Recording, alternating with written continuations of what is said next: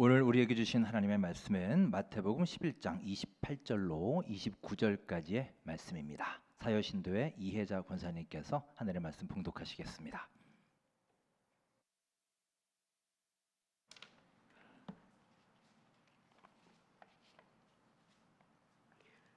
수고하고 무거운 짐진 자들아 다 내게로 오라. 내가 너희를 쉬게 하리라.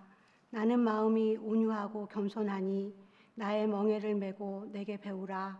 그리하면 너희 마음이 쉼을 얻으리니. 여러분 반갑습니다. 지난 주간 초복도 지나고 또 계속되는 무더위와 장마로 요즘 불쾌지수가 꽤 높을 때입니다.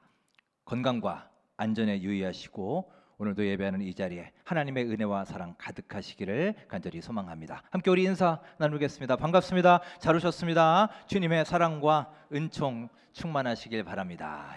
무더위를 잘 은혜 가운데 이겨내시기 바랍니다.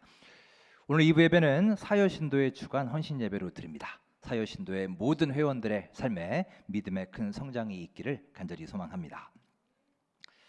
자, 바울이 말한 성령의 열매를 함께 하고 있습니다. 그동안 성령의 9가지 열매 중에 이제 어느덧 7가지를 함께 했고요.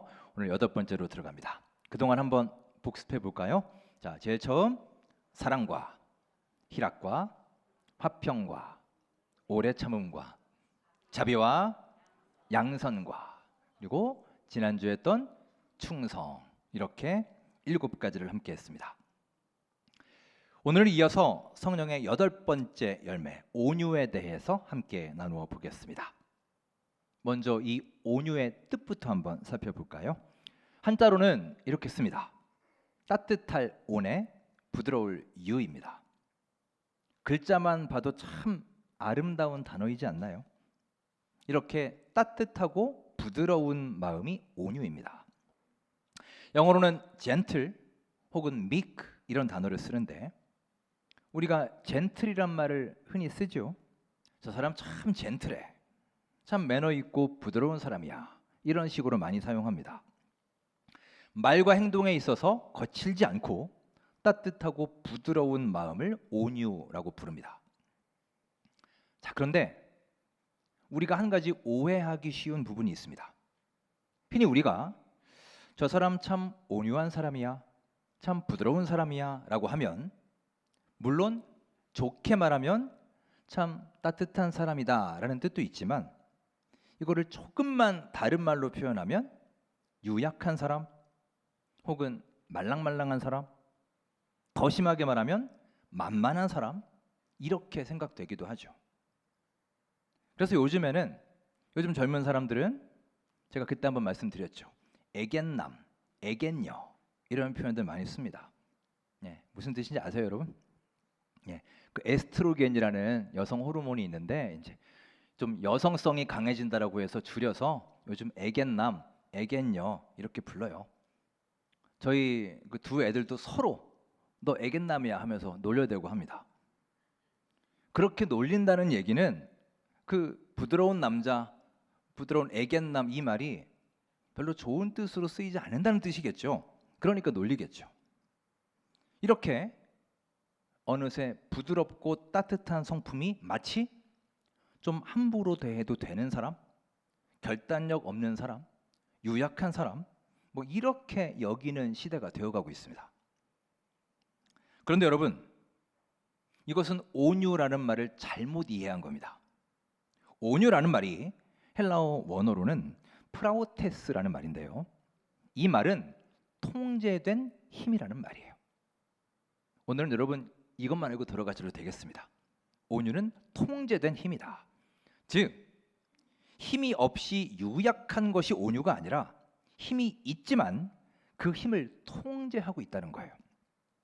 자, 어떤 힘이 있습니다. 그런데 만일 그 힘이 통제가 잘 되지 않으면 파괴적이 되겠죠. 하지만 그 힘을 잘 조절하고 통제하면 유용한 수단이 될 것입니다. 자, 그림 하나 보실까요?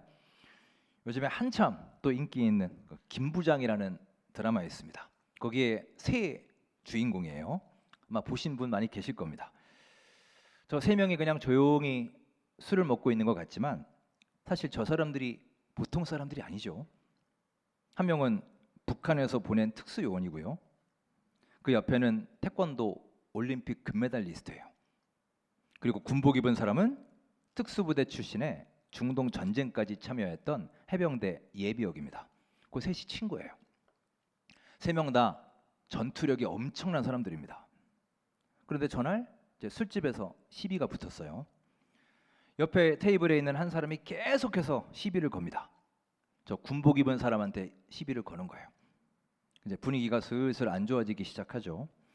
그러자 저 태권도 관장이 이제 분위기를 눈치를 채고 그 옆에 있는 친구를 계속 뜯어 말리는 거예요. 안 돼. 싸우면 큰일 나. 우리는 그냥 안경 쓴 아저씨들이야 하고 계속 뜯어 말리는 장면이 나옵니다.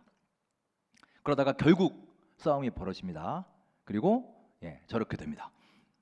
일방적으로 끝이 났죠. 우리 주변에도 운동한 분들이 있죠.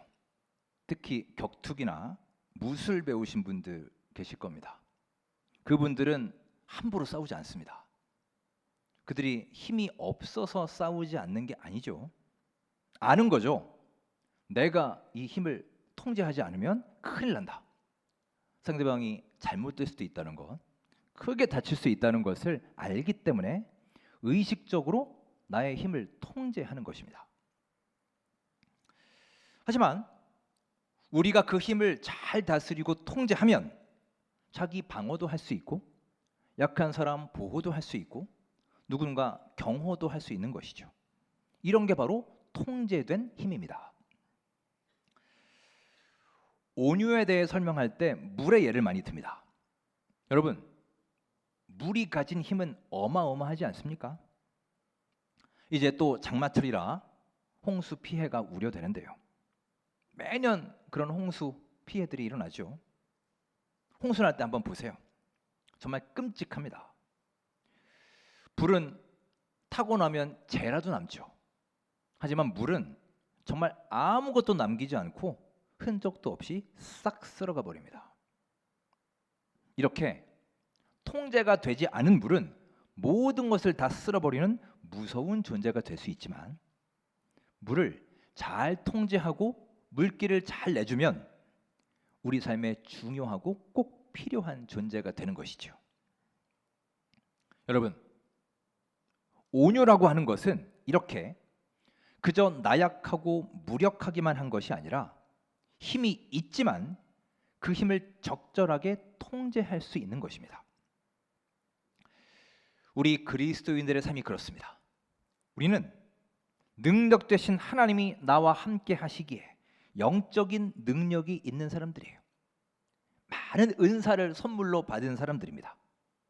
하지만 우리는 그 능력과 은사를 함부로 쓰는 게 아니라 내 사욕을 위해 쓰는 것이 아니라 하나님의 은혜 안에서 그 능력들을, 그 은사들을 잘 통제하면서 사용해야 되는 것이지요. 이 시간 기억하시기 바랍니다. 온유는 유약함이 아니라 오직 하나님의 뜻에 의해 통제된 내적인 힘, 그것이 바로 온유인 것입니다. 그래서 우리가 온유를 가리켜 성령의 열매라고 하는 거예요. 즉 성령님이 우리 안에 계셔서 우리의 삶을 이끄시고 인도하실 때 그때 비로소 우리가 따뜻하고 부드러운 내적인 힘을 발휘할 수 있게 되는 것입니다.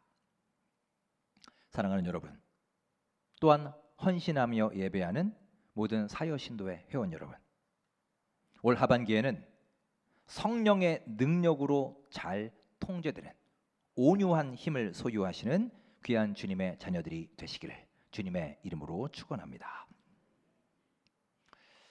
앞서 온유를 영어로 gentle 혹은 meek라고 한다고 했습니다. 이 meek라는 말의 어원은 액체, 물이라는 뜻이에요. 참 재밌게도 온유라는 말이 원래 물이라는 말로부터 나왔다는 것입니다. 지난 5월에 저희 가족이 강원도 영월로 여행을 다녀왔습니다. 영화 왕가 사는 남자의 배경이 된 단종 유배지 청령포를 다녀왔는데요. 여러분도 갔다 오신 분 많이 계시죠? 그날도 사람이 엄청나게 많더군요. 그 여행의 마지막에 이제 뗏목 마을이라는 데를 갔습니다. 그래서 뗏목을 타고 거기 한 바퀴를 쭉 돌았죠. 우리 사진 하나 보실까요? 예, 저렇게 뗏목을 탔어요. 뗏목이 이렇게 한 바퀴를 도는 동안 한 30분에서 40분 되는 것 같습니다. 그런데 그 뗏목에 한 2, 30명 타거든요. 거기에 가이드분이 계시더라고요. 그러니까 운전자가 따로 있고 별도로 가이드가 계셨습니다. 연세가 지긋하신 할아버지이셨어요. 거기에 오래 수십 년 사신 그곳을 잘 아시는 분입니다. 그곳의 지형과 역사에 대해 아주 자세하게 설명을 해주셨습니다. 근데 정말 재밌게 얼마나 가이드를 잘 하시는지 그냥 30분간 전혀 지루할 틈이 없었습니다. 그런데 중간에 그분이 마이크를 딱 잡으시더니 여러분, 제가 지금부터 신기한 것을 여러분께 보여드리겠습니다. 그러세요. 그러더니 저쪽 바위 밑에 구멍 보이세요? 이렇게 묻습니다. 저 사진 뒤에 있는 저 바위 섬이 있는데 저 아랫부분에 조그만 구멍이 하나 있어요. 배에서 그 바위까지 한 4, 50m 정도 되는 것 같았습니다. 그런데 갑자기 그분이 준비한 그 돌멩이를 하나 이렇게 손에 드시더니 저 바위 쪽으로 휙 돌을 던지셨어요. 근데 이렇게 위로 던진 게 아니라 아래로 물 쪽을 향해서 돌멩이를 던졌습니다. 여러분 물수제비 잘 아시죠? 그 돌멩이가 물 위를 탕탕 튕겨서 한 대여섯 번 튕기더니 그 한 40m 건너편에 있는 그 조그만 구멍 속으로 쏙 들어갔어요. 그러니까 거기 있던 30명이 다 놀라서 오와 하고 소리를 질렀습니다. 저도 보고 감탄을 했죠. 와, 진짜 대단하다. 가이드를 하려면 저 정도는 해야 되는구나. 그때 생각을 했습니다. 여러분도 물수제비 해보신 경험이 있으시죠? 한번 생각해 보세요. 돌멩이를 물 위에다 던지면 돌이 탕탕 튀다가 결국에는 어떻게 되나요? 물에 풍덩 빠지죠. 그렇게 돌이 물에 빠지면 그 순간 물에 물결이 일잖아요. 그 물결을 우리가 파문이라고 합니다. 그리고 잠시 후에 그 돌은 물속으로 사라져 버리고 그 물결 파문도 없어지고 물은 원래 고요한 모습으로 다시 돌아가게 됩니다. 여러분, 이게 바로 온유, 미크니스라는 거예요. 그런데 여러분, 만약에 이 돌멩이를 물에 던지는 게 아니라 유리창에 던졌다고 생각해 보세요. 그럼 어떻게 되겠습니까? 쨍그랑 깨지면서 아주 난리가 날 겁니다. 또 돌을 이런 벽에다가 던졌다고 생각해 보세요. 돌이 팍 튀면서 깨지든지 벽이 부서지든지 무슨 자국이 남지 않을까요? 하지만 돌을 강물에 던지면 순간적으로는 파문이 일겠지만 잠시 후에 돌은 사라지고 마치 아무 일도 없었던 것처럼 다시 제자리로 찾아가는 것을 보게 됩니다. 여러분, 성경이 말하는 온유, 미크니스란 바로 이런 마음을 뜻하는 거예요. 즉 액체와 같은 물과 같은 마음이라는 것입니다. 살다 보면 때때로 나에게 돌이 날아올 수도 있을 겁니다. 아니, 돌보다 더한 고난이 막 닥쳐올 때도 있습니다. 그래서 그 돌에 맞을 때도 있고 상처에 괴로워할 때도 있죠. 혹시 이 시간 여러분 중에도 그런 돌들에 맞아 괴로워하며 신음하며 이 예배 가운데 나오신 분이 계실지도 모릅니다. 하지만 여러분, 온유한 사람은 창문처럼 그 돌이 와장창 깨지는 게 아니라 또 벽처럼 부서지고 튀기고 자국을 남기는 게 아니라 물처럼 그 돌을 품을 수 있는 사람이라는 거예요. 그 순간에는 잠시 파문이 일겠지만 곧 다시금 평온을 유지합니다. 나를 향해 던져진 그 돌을 집어들고 다시 그 사람을 공격하며 던지는 게 아니라 강물처럼 그를 품는 거예요. 이게 온유입니다. 여러분, 어느새 우리들의 마음은 딱딱한 돌처럼 고체와 같이 되어버리지 않았나요? 성경을 보시면 완악하다라는 말이 있죠. 우리 바리새인들을 향하여 완악하다라고 말씀하십니다. 그 완악하다라는 단어가 대리석으로부터 나왔다고 했습니다. 대리석처럼 딱딱하게 굳어 있는 마음, 그게 바로 우리의 완악한 마음 상태라는 거예요. 그래서 무언가가 나에게 날아오면 그 족족 다 튕겨내죠. 그래서 그것도 부서지고 나도 깨지고 서로 상처투성이가 되고 마는 겁니다. 여러분, 그동안 살아오시며 얼마나 많은 크고 작은 돌을 맞으셨나요? 또 그때마다 얼마나 아프셨고 얼마나 고통이 크셨습니까? 온몸이 상처투성이이고 온 마음 여기저기 다 깨져버리지 않으셨나요? 오늘 하나님이 그런 우리를 긍휼히 여기시고 한 명 한 명을 위로하시며 우리에게 말씀하십니다. 이제는 너희가 온유한 마음을 가져라. 그것은 온유함은 다른 사람에게도 물론 좋은 것이지만 결국은 내 자신에게 유익한 것입니다. 올 하반기에는 돌처럼 딱딱하게 굳은 마음이 아니라 물처럼 많은 것을 품는 온유한 마음을 소유하시는 우리 모두의 삶이 되시기를 주의 이름으로 축원합니다. 자, 그러면 우리는 성경 속에서 이 온유함의 본보기를 어디서 찾을 수 있을까요? 마태복음 26장을 보시면 예수님이 체포를 당하십니다. 대제사장들이 보낸 군인이 예수님을 체포를 하는데 그때 베드로가 칼을 빼죠. 그래서 대제사장의 종의 귀를 잘라버립니다. 자, 그때 예수님이 뭐라고 말씀하시나요? 우리 53절 화면 보시고 함께 읽겠습니다. 너는 내가 내 아버지께 구하여 지금 12군단 더 되는 천사를 보내시게 할 수 없는 줄로 아느냐. 아멘. 예수님이 이런 능력이 있으시다는 거예요. 12군단 더 되는 천사를 보내신다. 여기서 군단은 로마의 군단을 말합니다. 한 군단이 6천 명 정도 되는데 12군단이라 했으니 무려 7만 명이 넘는 엄청난 천사를 동원할 수 있는 능력이 예수님께 있었던 거죠.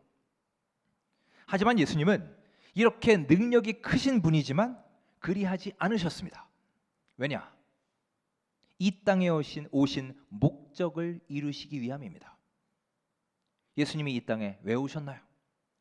우리를 구원하시기 위해 오시지 않았습니까? 인류를 구원하시기 위해, 세상을 구원하시기 위해 오셨어요. 그러니 통제되지 않은 힘과 능력으로 복수하는 방법으로는 그 목적을 결코 이룰 수 없는 것입니다. 여러분, 온유는 할 수 없는 무기력이나 무능력이 아니라 할 수 있음에도 그것을 하지 않는 통제된 힘입니다. 더 구체적으로 말하면 하나님의 뜻에 의해 통제된 힘이 바로 우리 그리스도인의 온유인 것입니다. 요한복음 8장에는 간음하다 잡힌 여인이 등장합니다. 사람들이 그 여인을 예수님 앞으로 끌고 오죠. 살기 등등한 그 사람들 앞에서 예수님은 이렇게 말씀하십니다. 너희 중에 죄 없는 자가 돌로 치라. 그 자리에 있는 누구도 돌로 내려칠 자격이 없는 사람들입니다. 굳이 자격을 따진다면 딱 한 명이 있겠죠. 돌로 칠 수 있는 자격이 있는 딱 한 사람, 바로 예수님입니다. 예수님은 죄가 없으신 분이지 않습니까?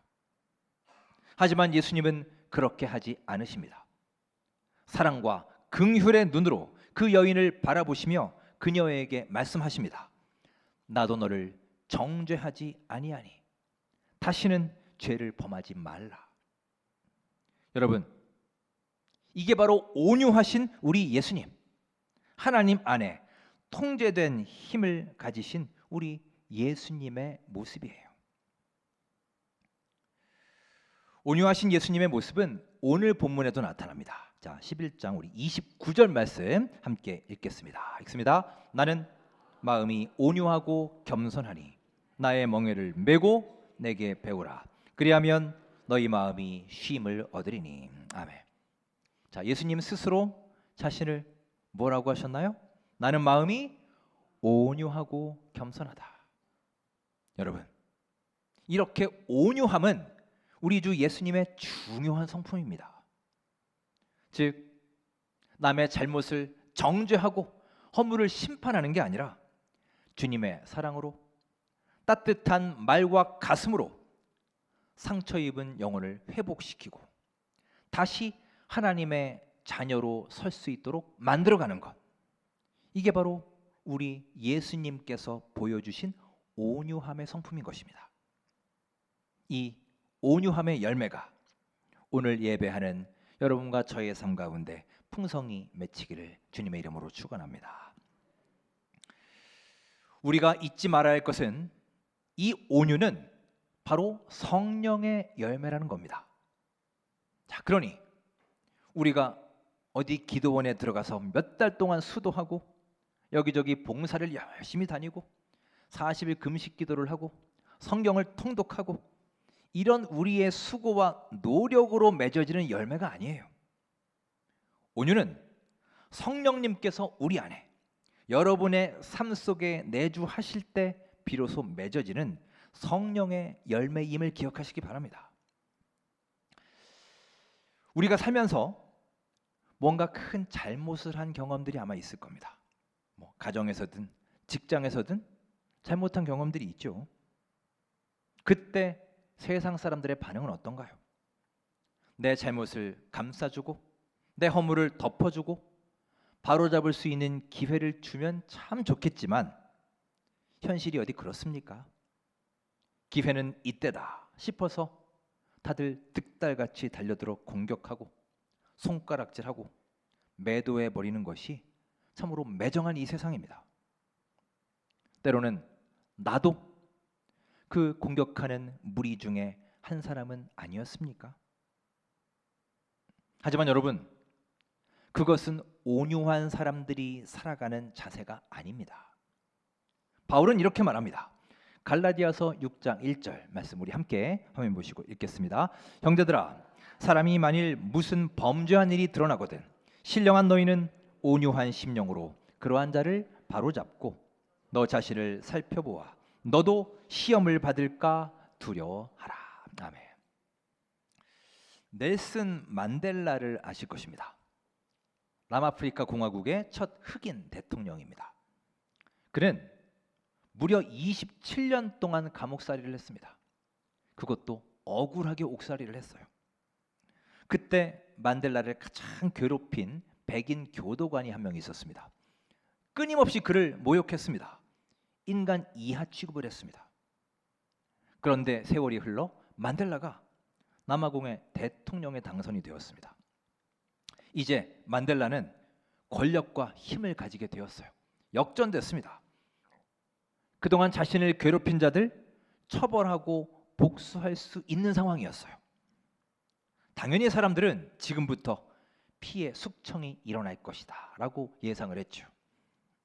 하지만 만델라는 자신의 대통령 취임식 날 그 악독 교도관을 초청합니다. 그리고 그를 귀빈석에 앉히고 전 국민 앞에 소개하면서 따뜻하게 그와 포옹했습니다. 어떻게 그럴 수 있었을까요? 만델라가 복수할 힘이 없어서 그런 것일까요? 그것이 아니지요. 나라가 하나가 될 수 있도록 상처 입은 많은 영혼들을 회복시키기 위해서 자신이 가진 그 권력과 힘을 사랑과 용서라는 틀 안에서 철저하게 통제한 것입니다. 그날 만델라의 이 통제된 힘, 온유함에 감동한 교도관은 그 사건 이후에 그의 가장 충실한 지지자가 되었다고 합니다. 앞선 바울의 말, 온유한 심령으로 그러한 자를 바로잡으라. 이 고백이 바로 이 온유의 모습이에요. 나에게 상처 준 사람들, 나도 똑같이 그들을 난도질할 힘이 어느 날 나에게 생길 수도 있습니다. 세상은 말하죠. 눈에는 눈, 이에는 이. 네가 가진 그 힘을 지금부터 마음껏 휘둘러라. 얼마나 시원하고 달콤한 유혹인가요? 하지만 여러분, 성경에서 말하는 가르침은 그런 삶이 아닙니다. 성령의 사람은 그 주어진 힘을 복수에 쓰는 게 아니라 쓰러져가는 영혼들, 상심에 빠진 영혼들의 손을 잡아 일으키고 하나님 앞으로 다시금 인도하는 온유한 삶이라는 것을 기억하시기 바랍니다. 이 시간 우리 모두 그런 온유한 심령의 사람들이 되시기를 간절히 소망합니다. 말씀을 정리하겠습니다. 온유는 통제된 능력이고 통제된 힘이라 했습니다. 우리가 성령님의 능력을 힘입어서 그 성령님의 영향력 안에 살아갈 때 발휘될 수 있는 힘이 바로 온유입니다.